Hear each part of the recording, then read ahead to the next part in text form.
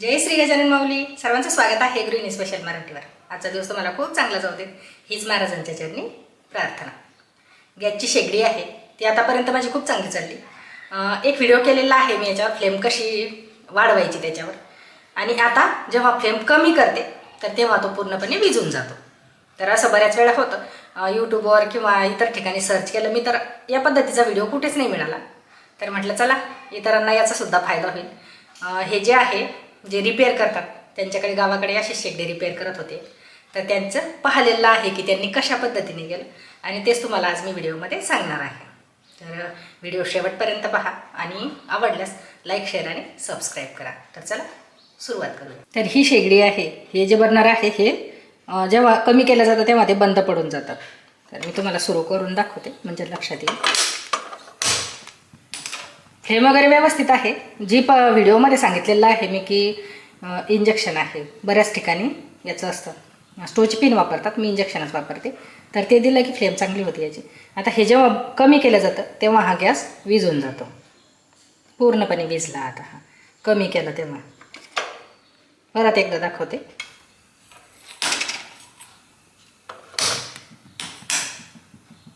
असा फुल ठेवला तेव्हा तो व्यवस्थित राहतो. पण जेव्हा हे कमी केलं जातं, बऱ्याच वेळा काही दूध वगैरे काही तापवायचं असलं तर आपण फ्लेम कमी करतो भाजी शिजवताना.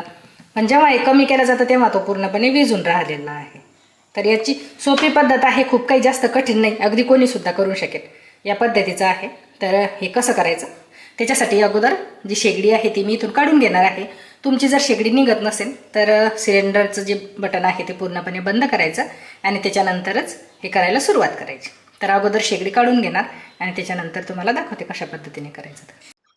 स्टीलची जी शेगडी असते 2 बर्नरवाली ती खोलणं खूप सोपी आहे. ही शेगडी थोडी कठीण जाते. तर सुरुवातीला बटन काढून घेतले. शेगडी खोलताना फक्त एक लक्षात ठेवायचं की ज्या पद्धतीने आपण खोलणार आहोत त्याच पद्धतीने ती परत जोडायची आहे. त्याच्यामुळे काय कुठे काय होतं कसं होतं ते लक्षात ठेवणं तेवढंच महत्त्वाचं आहे. तर सुरुवातीला बटन काढून घेतले. बटन काढणं पण काही कठीण नाही आहे. अगदी त्याला थोडंसं प्रेस केलं की लगेच वर निघून येतात ते. आणि त्याच्या खाली सुद्धा छोटे छोटे 2 नट असतात तर ते पण काढून घ्यायचे, जेणेकरून जे मागचं आहे ते लवकर निघतं. ही शेगडी आम्हाला पूर्णच खोलायची होती कारण बरेच दिवस झाले ते खोलून येला. पण जो एक मेन नट आहे याचा एका बर्नरचा तो निघालाच नाही. आणि या शेगडीला, स्टीलच्या शेगडीला अजिबात नट वगैरे काही नसतात, फक्त खालच्या साईडनं जे छोटासा असतो तो काढला की पूर्ण बर्नर ते निघून येतं.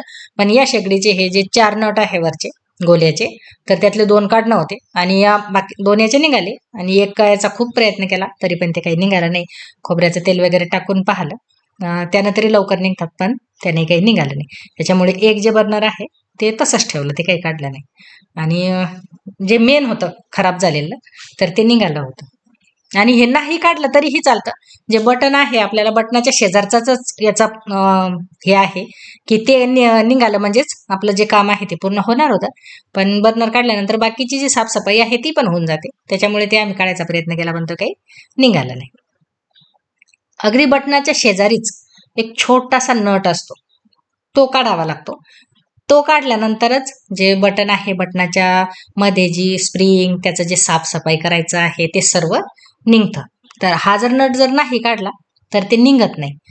अगदी छोटासा असतो. बटनाची जी बाजू आहे ती थोडीशी आतल्या बाजूने प्रेस करून फिरवलं तरीही चालतं, एका साईडनं किंवा असा उभा कोणत्याही साईडनं होतो तो. पण थोडासा बटनाचं जे आहे थोडंसं प्रेस करावं लागतं. तर तो नट काढल्यानंतरच ही स्प्रिंग आणि हे जे आहे ते निघून येतं. त्याचे नावं काही मला माहीत नाही आता, पण ज्या काही वस्तू आहेत त्या बाहेर येतात. आणि हे एक आहे त्याला थोडंसं या पद्धतीने बाहेर ओढलं की ते पण निघून येतं. जी फ्लेम आहे शेगडीची ती कमी जास्त जे होती ती याच्यामुळेच होती. याच्यावर जर काजळी निर्माण झाली तर ती फ्लेम कमी होऊन जाते, चांगली होत नाही. त्याच्यानंतर ते छिद्र आहे ते पण पूर्ण साफ जर केले तर फ्लेम पण चांगली येते. एक व्हिडिओ टाकलेला होता मी, तेव्हा मला काही कमेंट आल्या की ताई फ्लेम कमी आहे तर उलट चांगलं. तर तसं नसतं.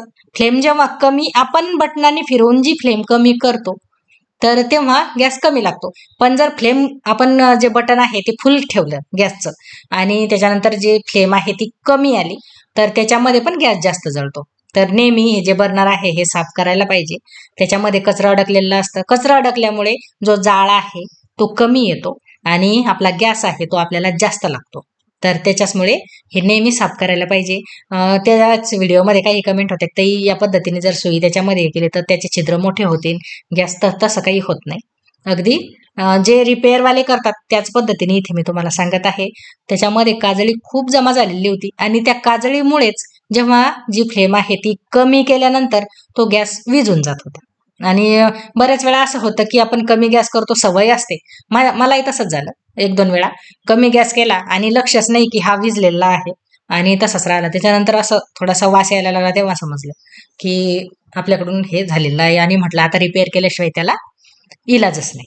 कारण लक्ष राहतं कधी राहत नाही आणि जे गॅस आहे त्याच्याकडे लक्ष द्यावंच लागतं. तर त्याच्यासाठी हे पूर्ण साफ केलं. जी काजळी भरपूर असते काही याने साफ करायची. कपडा नरम असावा, नरम कपड्याला खूप लवकर चिटकून येतं ते जी काजळी आहे ती.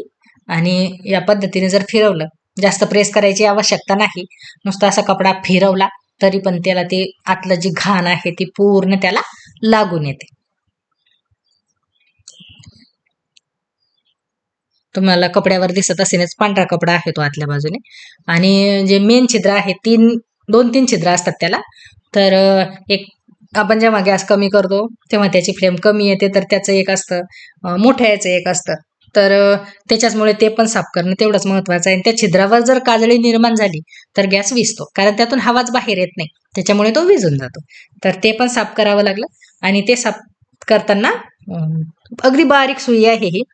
आता काही स्टोची पिन वापरतात तिथे, पण स्टोची पिन वगैरे काही मी आणली नाही. सुई होती ही एक सलाईनाची, तर खूप बारीक आहे ती, तर त्यानेच साफ केलेलं आहे.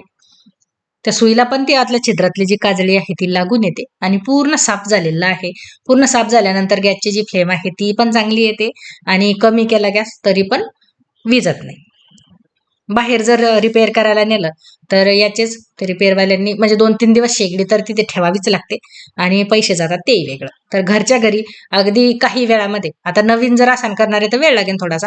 आणि हे आता बऱ्याच वेळा शेगडी खोलतात त्याच्यामुळे यांना माहिती आहे की कुठे काय आहे कसं आहे, त्याच्यामुळे यांना काही जास्त वेळ लागला नाही. अगदी नट जे आहे ते खोलायला तरी आम्हाला जास्त वेळ लागला, पण जे मेन काम आहे, मेन काम करायला अगदी 5 ते 10 मिनिटांमध्ये सर्व होऊन जातं आणि पैशाची बचत होती आणि वेळेची पण होते.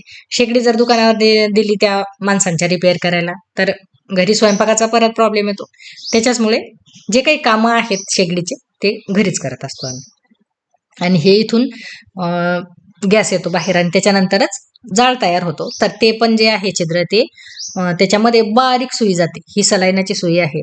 आपण जी शिवायची सुई असते ती त्याच्यामध्ये जात नाही. तर मी मागे पण सांगितलं होतं की सलाईनाची सुईच मी इथे वापरते. काही जणी स्टोच्या पिन वापरतात. तर तुम्हाला जे काही आहे, स्टोची पिन असले तर स्टोची पिन वापरू शकता किंवा इंजेक्शनाची सुई जर असेल तर ती वापरली तरी चालते.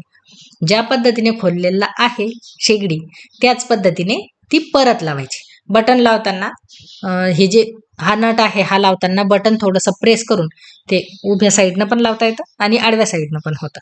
आणि बटनाच्या शेजारचे जो 2 नट आहे ते पण अगदी व्यवस्थित ज्या पद्धतीने खोललेली होती त्याच पद्धतीने ती परत जोडली. जो पाईप आहे गॅसचा तो पण जोडून घेतला. या शेगडीचा जो पाईप आहे मागच्या साईडचा तो जोडणं किंवा काढणं खूप सोपं जातं. स्टीलची शेगडी होती, त्याचा तो पाईप निघतच नव्हता लवकर आणि लावायचा म्हटलं की लवकर लागतही नव्हता. तर आता परत तुम्हाला मी ही शेगडी सुरू करून दाखवलेली आहे. आता कमी जरी केली तरी गॅस विझलेला नाही. सुरुवातीला तुम्ही पाहिलं असेल की कमी केला की गॅस विझून जात होता आणि आता कमी जरी केला तरीही विझला नाही. फुल आणि फ्लेम जी आहे फ्लेम साफ केल्यानंतर त्याची फ्लेम तर चांगली येतेच. आणि मध्ये मध्ये पूर्ण साफ नाही करत मी, पण असं वाटलं की आता फ्लेम कमी आहे तेव्हा ती जी सुई आहे ती त्याला दिली तसंही देता येते. आणि हे साफ करायचं असलं तर त्याच्यासाठी बटणं वगैरे काढावेच लागतात. तशी ही शेगडी साफ होत नाही. हीच नाही कोणतीही पण तीच आहे, स्टीलची जरी असली तरी याच पद्धतीने करावी लागणार तुम्हाला आणि ही जरी असली तरी याच पद्धतीने करावी लागणार. फक्त जर मध्ये फ्लेम कमी जास्त करायची असली की आता खूप कमी झालेली आहे, फुल जरी बटन असलं आणि फ्लेम कमी झाली तर तेव्हा जी सुई आहे ती अगोदर व्हिडिओ केलेला आहे मी त्या पद्धतीने तुम्ही करू शकता. तर ह्या दोन्ही पण जे बर्नर आहे हे पण साफ केले होते, ते पण परत लावून पाहिले, अगदी व्यवस्थित झालेली आहे. आणि याच पद्धतीने हा व्हिडिओ पण कंप्लीट झाला. तुम्हाला कसा वाटला कमेंटमध्ये नक्की सांगा. नवीन असाल तर सबस्क्राईब करायला विसरू नका. आणि हा व्हिडिओ मला टाकायचा नव्हता, पण म्हटलं आपल्यामुळे आणखी जर कोणाला याची गरज असली तर नक्कीच मदत होईल म्हणून टाकलेला आहे. तर कमेंटमध्ये नक्की सांगा. धन्यवाद.